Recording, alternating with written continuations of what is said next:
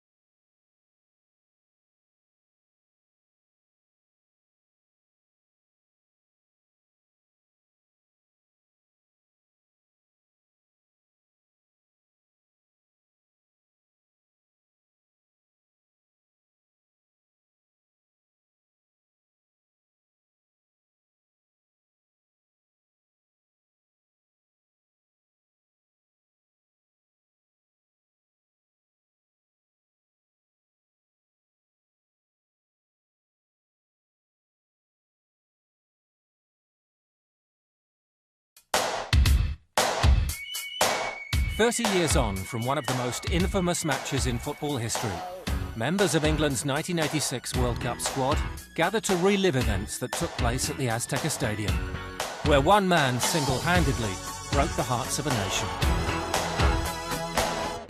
When Colombia pulled out for financial reasons, Mexico stepped in to stage the World Cup. In the UK, viewers stayed up late to watch the greatest football show on earth, with its futuristic TV coverage. Although at times, organisation at ground level was rather chaotic. England were managed by the respected how's this look? and at times eccentric Bobby Robson, who'd enjoyed success at club level with Ipswich Town. It was Robson's first tournament in charge, but as ever, England expected. I think it's important to remember that English football was completely in the doldrums. You know, we were playing matches at Wembley with really sparse crowds. The hooliganism was rampant. English football was in desperate need of a lift prior to that World Cup. The righties, look at that there. Oh, yeah. And where's the mullet man? Oh, there he is, there's he. See Hoddle? Mullet man. It was a bloody good squad, some good players. So the mood was very good and very confident. Well, we had a lot of ability. You know, we've got great poacher up front in Gary Lineker. We got Brian Robson, great leader in midfield. The likes of Terry Butcher, at the back, and obviously myself in goal. And yeah, I thought we were a great team. Looking back, we tried our very best in that, but we were always behind the Germans and the Italians in their preparation, probably a lot of other countries. But we had that English spirit that team spirit. Bobby, the great day's here. It's a day you've been waiting for several years now. What are your thoughts? It's just I'm looking forward to it. It's been building up for the last 3 months really. It's gone very quickly. The whole thing was kind of a massive letdown. You dream as a young man, as a footballer, is to play in a World Cup. And eventually you walk out onto a pitch that kind of had 3 small sides and a hedge on the other side. It's 40-odd degrees centigrade and there's no one in the stadium.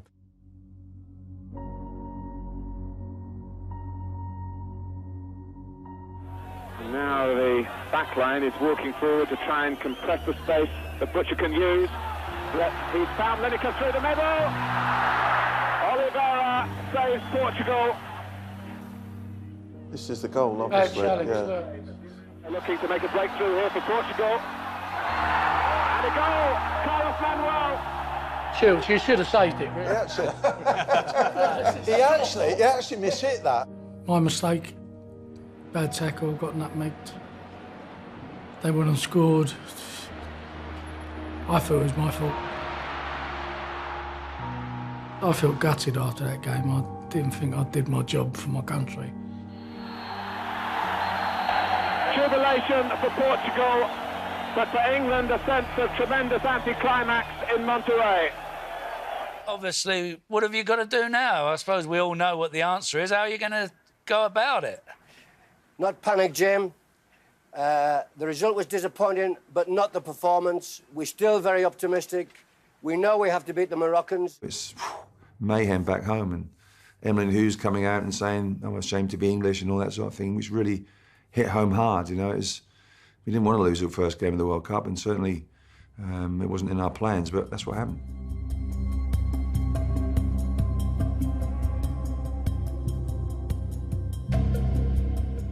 England's players arrive in Monterrey. It's a make-or-break night for them in the World Cup. The match against Morocco is the most important for England since the last World Cup. Victory for them will mean survival. Defeat virtually condemns them to an early journey home. Do you feel a little nervous for England tonight? I certainly am. Ian St John isn't, obviously, because he wants us to get beat. But No, I don't. Well, it's amazing. It's 333 minutes since our last goal in the World Cup finals. That was Trevor Francis back in 1982 against Kuwait. 3 goalless games since then. And that's got to be put right. To be perfectly honest, I think the turning point for us in that World Cup was not losing that game against Morocco, because it would have been quite easy to lose your nerve. You know, you quite arguably your best player, Brian Robson, does his shoulder. Waddle. Hakely. And Robson, who's really been working on making those runs to read Hakely's knockdowns, but as Brian Robson goes down, I'm sure back home everyone is holding their breath. Brian went down and I didn't even need to be asked. Straight away, I got off my chair, started to warm up in the corner on my own. I remember just going straight away thinking, well, that's why I'm here, really. Steve Hodge on for his 5th cap. Within a minute, I just turned away and I just heard a bit of a noise behind me.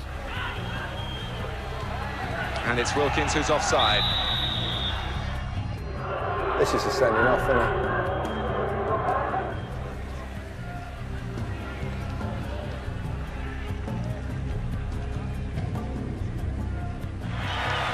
Ray Wilkins has been sent off. His 2nd bookable offence, and it's problems upon problems for England.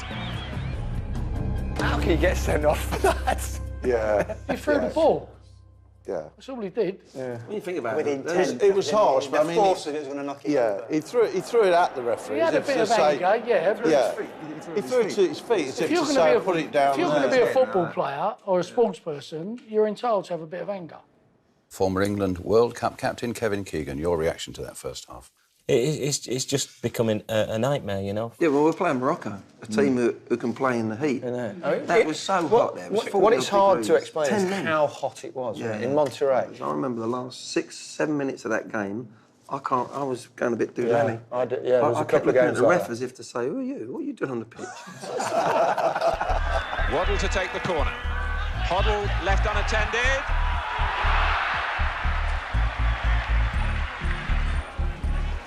If ever a man needed a change of fortune.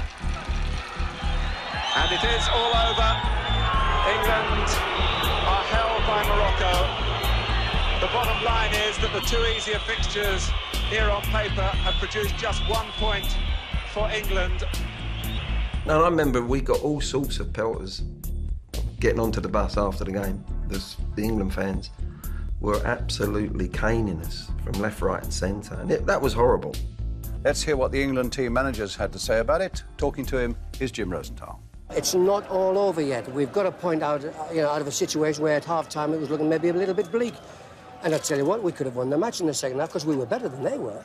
We've actually got 1 point here in the second half when we were the best team, playing with 10 men. So all is not lost, that's all I'm saying. Overall, the 2 games I've seen, we're not good enough. Yeah. We've had a great opportunity in this group. Let's face it, and we're not good enough. A night then of near disaster for England. Robson injured, Wilkins sent off, and a draw against Morocco that's slowly turning this World Cup into a nightmare. What was going to be like a 10-minute chat turns out to be an hour and a half. Changed my life, to be perfectly honest. It's history. We wanted to go and beat them desperately.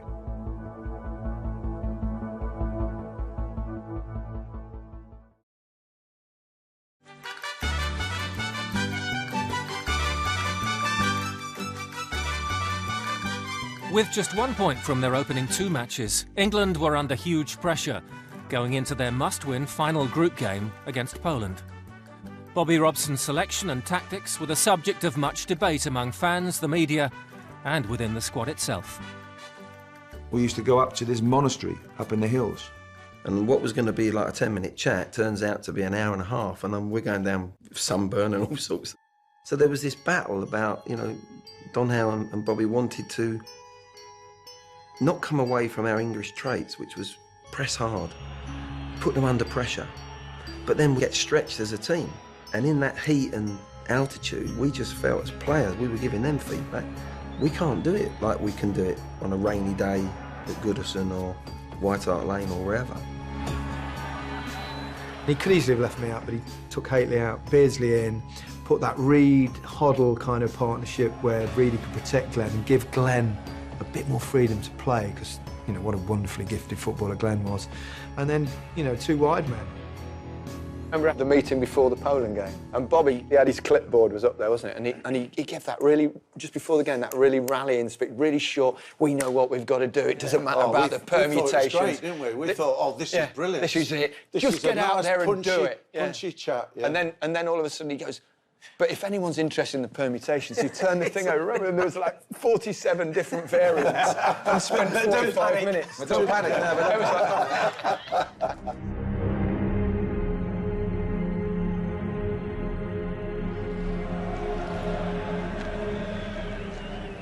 I remember going to the stadium and the boys very focused, because he didn't have headphones and all that sort of thing. We had this big boom box, this big disco box. And I always remember the track as we went into the stadium, Simple Minds, Alive and Kicking. Beardsley and Lineker, who linked up so well together in Tbilisi. Sharp men. The third player involved is Trevor Stephen, and it's Gary Stevens. Lineker! The World Cup campaign at last is on the move. Beardsley, superbly done for Hodge. Lineker is in the middle. Lineker! Brilliant! They're tearing Poland apart. Panic joining Butcher towards the near post. Winarczyk has misjudged it, and Lineker has a hat-trick! I think it's time you all officially thank me. Well done, Gary. It changed my life, to be perfectly honest. I'd sort of got myself into the England side, but I'd also gone 5 or 6 games without a goal. Bobby stuck me, brought in Beardsley.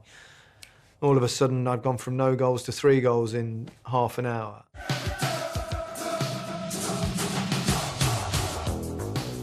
So then England have moved away from the clean mountain air to the smog, bustle and pollution of Mexico City, their hotel based in the northern area of the capital. My first impression of these roads outside is that they're a bit like the approaches to the M1 on a bank holiday. What a contrast then to their rural base in Saltillo, an hour's flight away. There's no chance of the FA being accused of extravagance. The rooms are £15 a night and the players are sharing them. It's a nice hotel, that. That was, you didn't have internet, you didn't have Google, but we had Peter Beardsley. And Peter knew about everything. Now, when they go away in the World Cup and say, well, the players get bored, you think... Can you imagine how it was for us? You couldn't... One phone call home a week.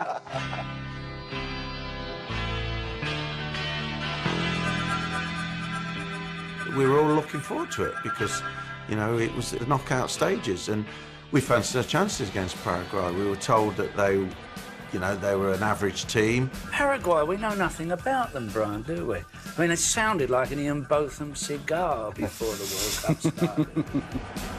The first meeting then between England and Paraguay at full international level. A place in the quarterfinals at stake. Paraguay was probably as good as we played. We looked like a team. Trying to pick a way through and then power a way through. Hoddle and Lineker. Here's Hodge. Lineker!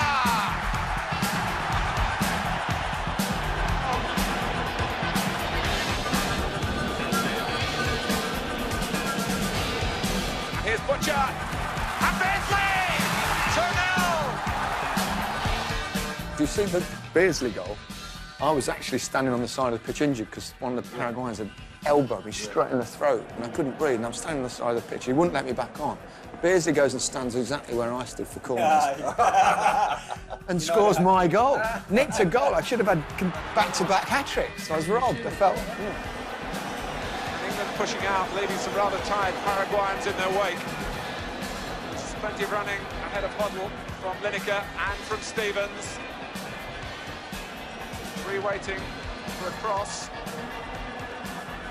And here's Tottenham's Gary Stevens. And here's Lineker, onside, 3-0. Get in there, Lynx.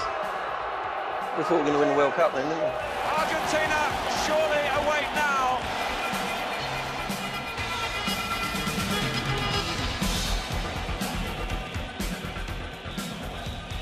England confirmed their place in the last 8. In the end, with the style of the success over Poland. If I'm honest, I still felt that there was stuff missing. I still felt we needed either, for me, a Chris Hoddle or John Barnes. We were tight, but I felt we would never win the World Cup playing with the team that we had. Brian, I only say what I see. And I thought they were very poor in the first half and I thought they were very good in the second half. I thought the Paraguayans were a poor side. You know, goal of league stuff, really, wasn't it? I mean, they didn't even have a shot at goal, did they? Let's be fair about it. We're always looking, as a nation, for perfection, and I don't think you can always have that. The night of triumph then for England. They march on to those World Cup quarter-finals and that date with Argentina and Maradona. All of a sudden, England are the media darlings of Mexico. Written off as no-hopers in Monterrey, now they're the team on a hot streak, and everybody wants a slice of the action. You heard, Gary, that I was giving you stick, did you, last night? That's right, Saint. We've heard these bad rumours about things you were saying at half-time, but I'd just like to take you back, actually, to 1958, where there was a certain result, Paraguay 3, Scotland 2 in the World Cup finals. I don't know whether you knew that, Saint. Well, I did do, but I know the last 2 goals were offside. Actually, he was being quite constructive in his criticism, Gary. Was he really? Sound very convincing there, guys. Yeah. That's proper banter, isn't it? No memory of that whatsoever. I cannot remember doing that. With 5 goals in 2 games, Everton's Gary Lineker was now the leading striker at the World Cup, and Barcelona came calling. I can't do that now. I said, I can't. I said, we're about to play the quarter-final of the World Cup.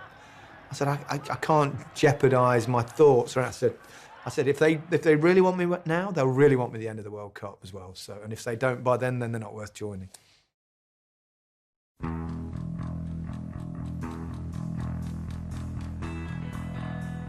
The Royal Marines, perhaps equally naturally, were in high spirits as they saw the prisoners coming in.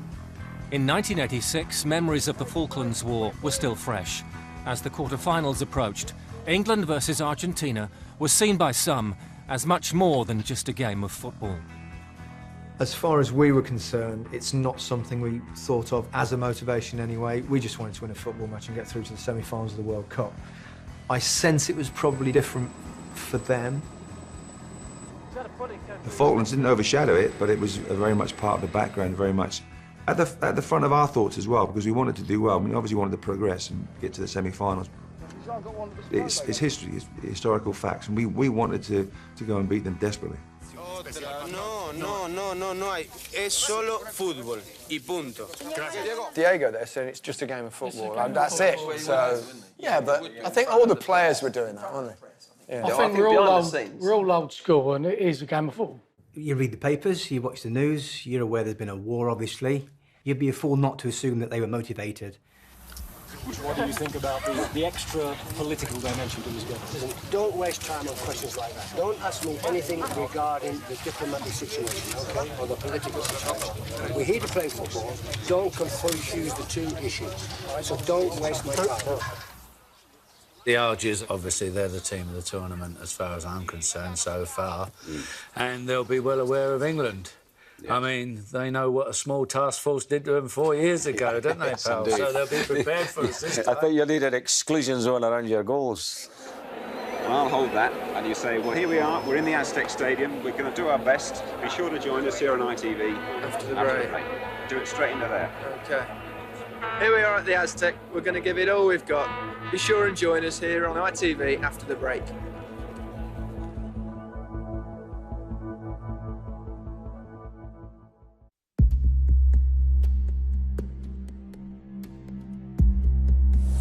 Maradona is loitering with intent. And it comes from Maradona! Off the bar! But that's easier said than done. So what you're saying here is that we want you on the ball. There's a bit of debate as to whether you single out an English player and just say it's your job to stay shirt to shirt with him and just keep him out of the game. Yes, yes. Well, I mean, that's not our style, is it? You know, that's not the English style. We don't really go man for man. We just felt that he was very good when he got on a run with the ball, dribbling, and the nearest player was going to try and close him down as quickly as possible. You've got to take special measures for special players, and I think Platini and Maradona are the two special players in the world who you ignore them at your peril. Who have you got in England side you'd like to see doing that job? Well, possibly Stevens, if he seems to like Stevens I think Maradona would destroy him. I never knew what Maradona looked like many years afterwards, because all I saw in those games was the back of his head.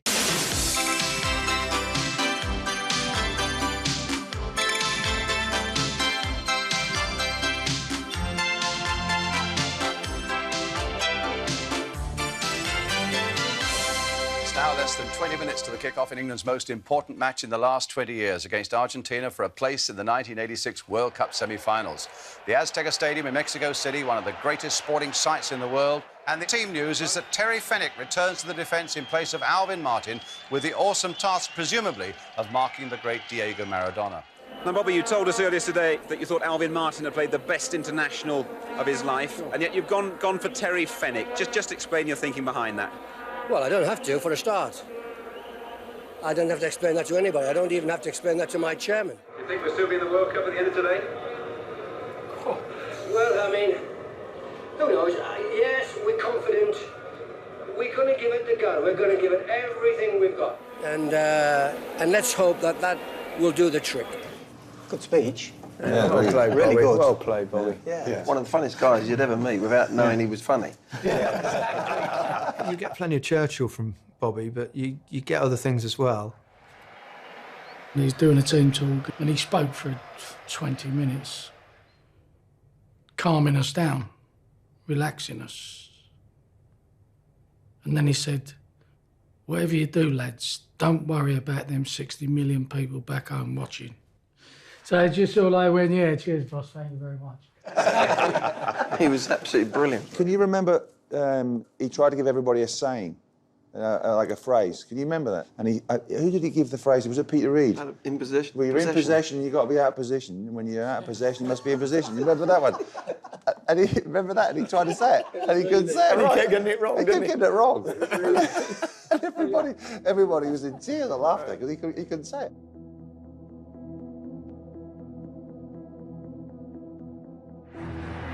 Winning isn't everything in sport, but trying to win certainly is. The players are well aware of your dreams and expectations back home. Ali Ben Nasser, a 42-year-old Tunisian, is the referee. He's assisted by Bernie Ulloa from Costa Rica and Bogdan Dochev of Bulgaria. The referee was sort of looked a bit nervous. He didn't give the impression of authority. Away we go. I mean, the first half was awful. I mean, I think neither team really played, and it was, it's one of those games you think, it's going to be one goal might win it. I mean, it was a pretty sterile first half. I can't remember touching the ball, hardly at all. It wasn't free-flowing, and it was, it was at half-time, there was nothing really in it. It's the first half that's been tight, it's been technical, it's been tactical. Maradona's probably had more touches on his own than the whole of the England midfield three, I think. I think that's fair to say. Believe it or not, I'm quite pleased. I think we've done well. We've shut them out. They haven't had a chance, as we say. Actually, we have done very well defensively, haven't we? Yes. We've kept them tight. It's not going to be a high-scoring match, is it? It's one of those games where whoever gets the first goal, I think, are going to then shut shop.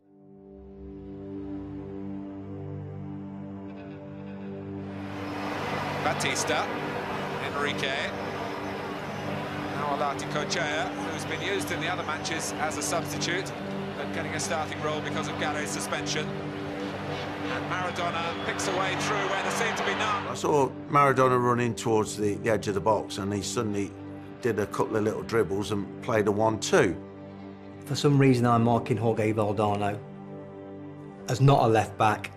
I appeal for it. Offside, hand goes up. The ball gets played to Hodge on the edge of the box, and I'm thinking, go on, Hodge, you know, boot it clear. I had a good left foot. It came at a nice height, and I flicked it back, and I caught the contact spot on.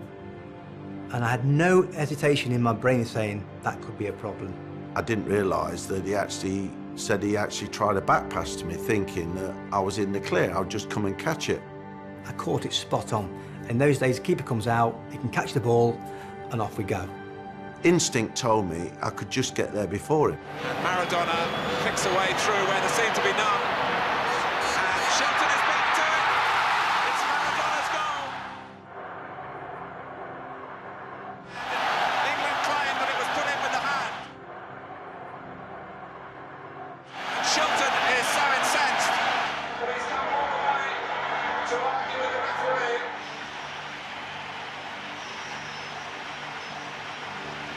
It was a miscued attempted clearance, and Maradona handled it in, and fortune has turned sour on England.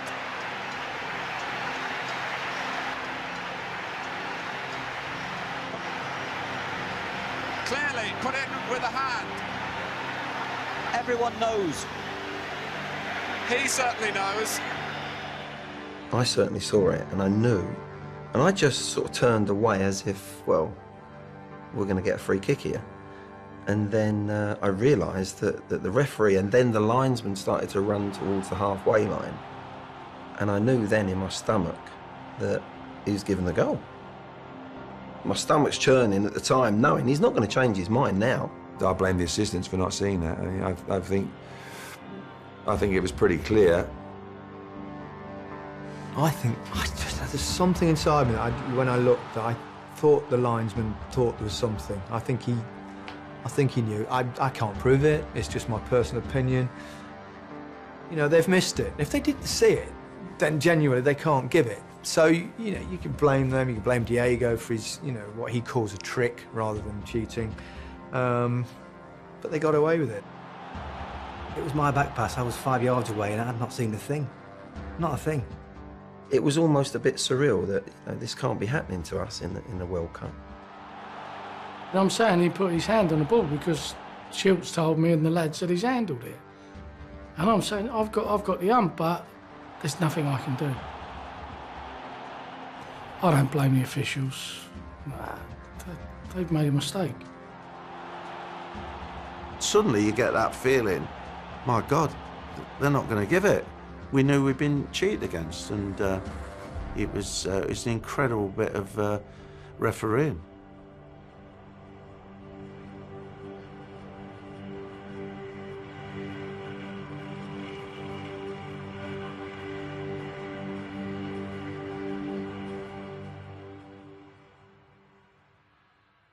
You were trying to give it to... Yeah. Were you? Absolutely. Yeah. You were? That's a great back pass. Oh, yeah. What were you thinking? Absolutely. It was risky. It was risky. Well, you could do in those days. Worth mentioning that for younger people, you were allowed to pass the ball back to a goal. It didn't look like a back pass at the time. I think in the World Cup quarter-final, I mean, that is an utter disgrace that he's been allowed to get away with that. I think the linesman saw it. My instinct tells me he saw it. If you watch that from behind the goal, he has done that before. Because you watch his head, I don't would watch say his that. arm, I'd say watch that. his head. Yeah. As he does it, he flicks his head. It's clever. He's done But that it's got before. nothing to lose anyway, Glenn, because it's a Absolutely. free kick Wasn't his to ball. us in our box, and they get back, and Exactly. so what? He just took a chance. We had everything to lose, Yeah, he had and nothing to lose. He's conned the referee and the officials with a handball, but then he scored what is going to be probably the best ever World Cup goal in history.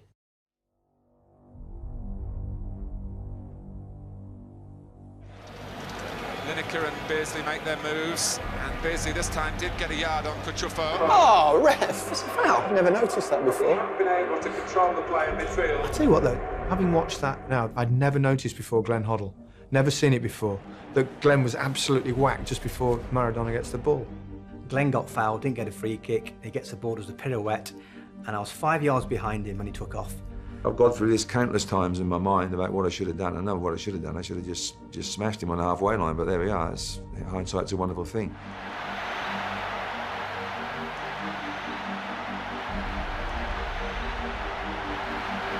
And he's hurting England again here. It's a brilliant run. It's one of the World Cup great goals. And there's no doubt about that one. He left a trail of England players in his wake. That is some goal. That is some goal. The best goal ever. It weren't bad. I felt like I should applaud after that. Peter Reid's near him and Peter Beardsley's near him, and you know I could see ahead of him Butcher and I could see Fenwick. It seemed a long way to the goal. And Peter Reid's inside me, so I'm thinking, I'll show him to my left. And then he goes past Peter, now he's past me, and I'm thinking, oh no. Comes up against Terry Fenwick on the edge of the box. And Terry's already been booked in the game, so he can't bring him down. If he does, he's off.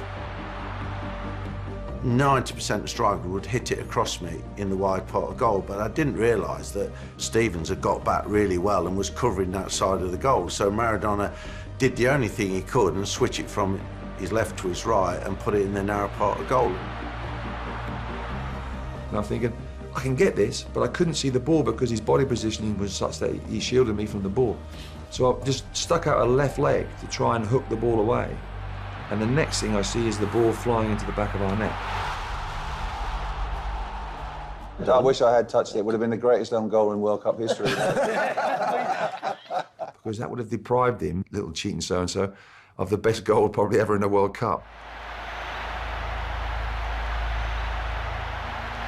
I think he's dethroned Pele.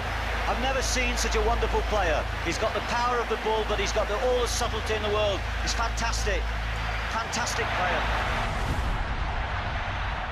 Well, the game transformed when he brought the substitutions on, Waddle and Barnes. I felt we were waiting for a bit more width, actually, right through the tournament. And we fed him, and John started to influence the game.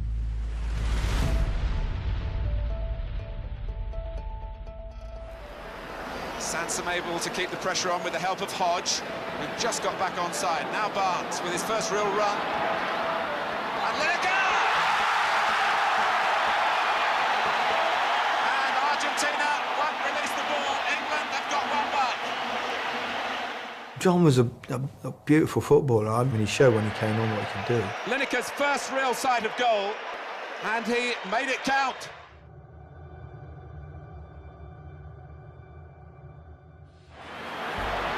They've got three forward, England putting their numbers back. It's a good challenge by Hodge. And now Barnes, he's made one. Can he make a second and save England? He's got the better of Enrique. Goal! 5 inches away. It was a tremendous cross from Barnes. I know that it's perfectly in my path. I know that I'm a yard or so out. I've already thinking I'm scored. And as I head the ball, and I do head the ball, you can't really tell on the TV. I've looked at it myself loads of times, but I know, I do remember heading it. But Lineker, their left back, has come up. I didn't even know he was there, to be honest. I just thought I was just tapping it in with my head. And he's kind of come underneath me, he's dived up. I've headed it onto the back of his head and it squirmed out. You got touched it as well? Yeah, I touched it, yeah. I know I touched Don't it. tell me that. I feel even worse now. The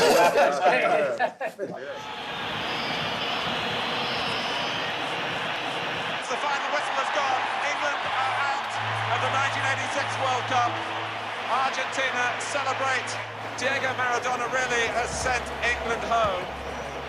And Bobby Robson will curse the nature of the first goal of the match 6 minutes into the second half when Maradona clearly used an arm.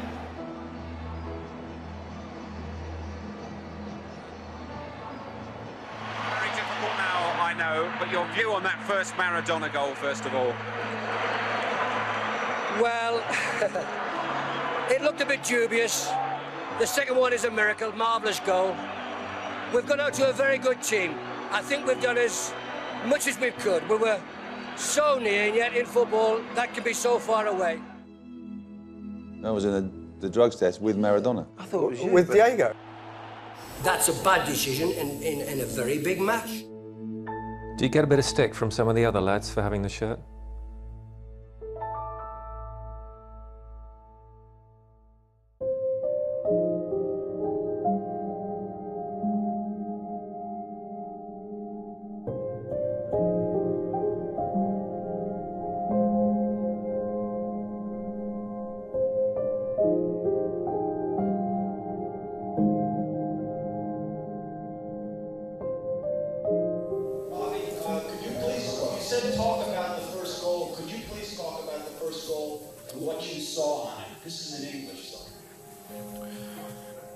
Well, I haven't seen the television. All I can go on is what I felt I saw, which was the ball in the air, with Maradona going for it, with Shilton being favourite, and Maradona handled the ball into the goal, didn't he? Didn't he? Yes.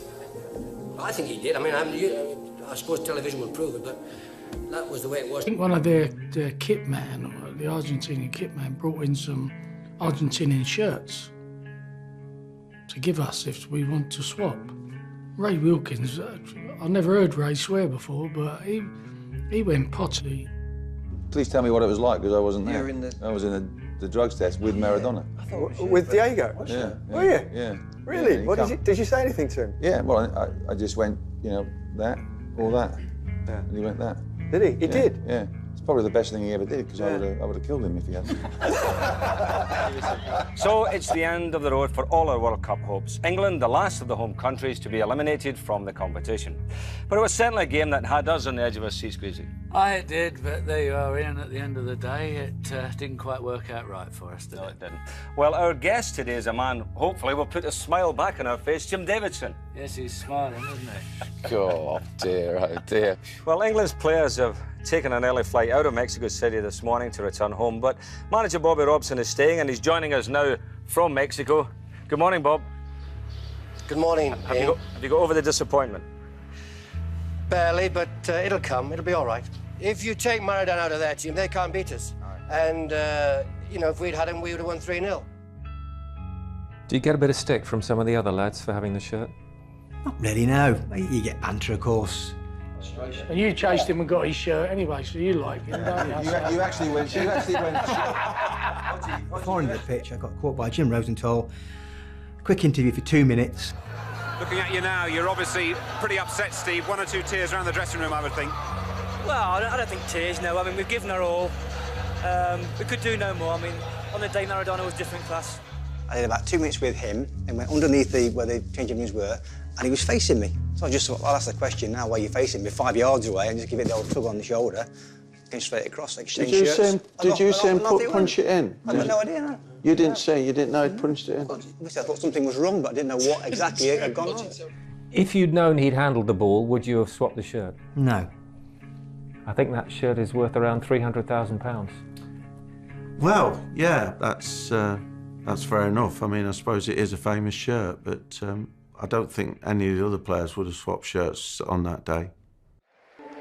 And Maradona flicks away through where there seemed to be none. And Shilton is beaten to it. It's Maradona's goal.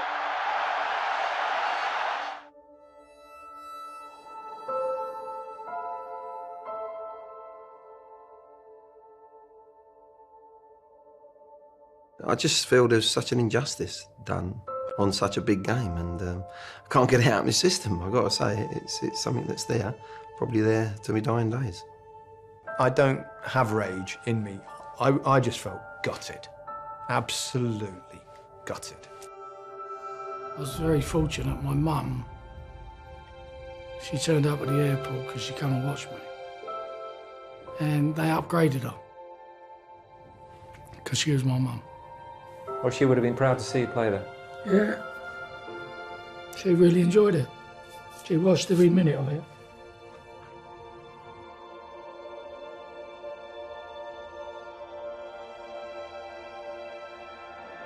3 days later, Diego Maradona was back at the Azteca Stadium, breaking Belgian hearts in less controversial fashion.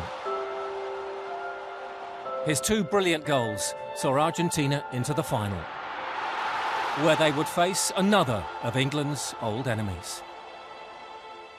I didn't see it. Didn't watch the final. Didn't want to. I mean, what a choice in the final. Who do you want to win or who do you want to lose? West Germany against Argentina. I'm not going to watch that. You want both to lose. I want them both to lose. Yeah, right.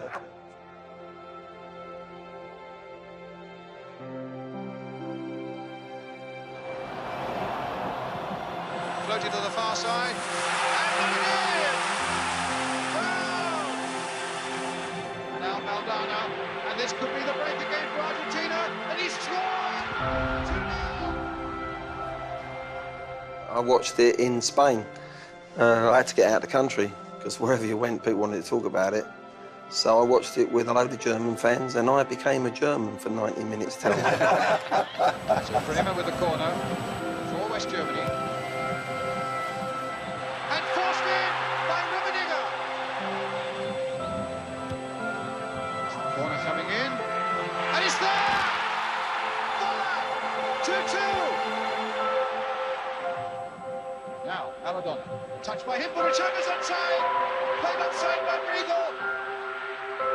And there's the reprieve for Argentina. Burruchaga makes it 3-2. And Argentina are the new world champions. 3 goals to 2. A triumph for Diego Maradona and for Argentina. Relieved in 2 ways. One, that we lost to the winners, because at least it's given something to moan about, because it could have been us. And secondly, that Diego didn't score in the final, so I won the Golden Boot.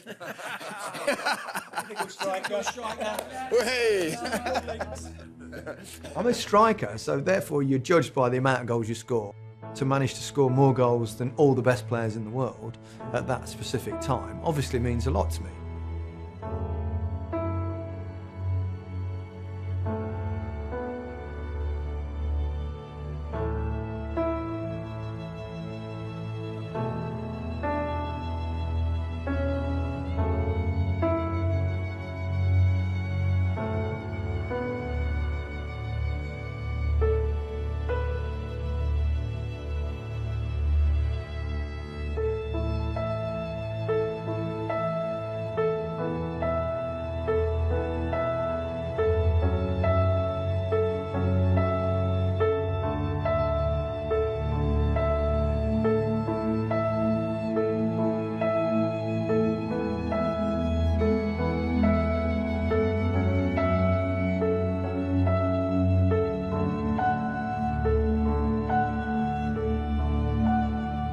He's a great player, the greatest player I played against, but I wouldn't say he's a player that I respect as much as probably a lot of other players I've played against.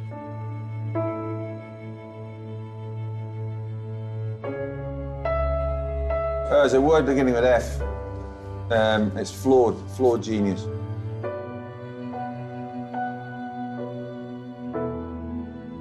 He should never have done it, and he got away with it.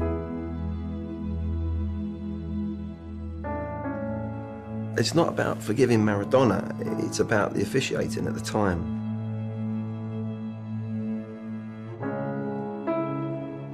He's an horrible git, so he cheated.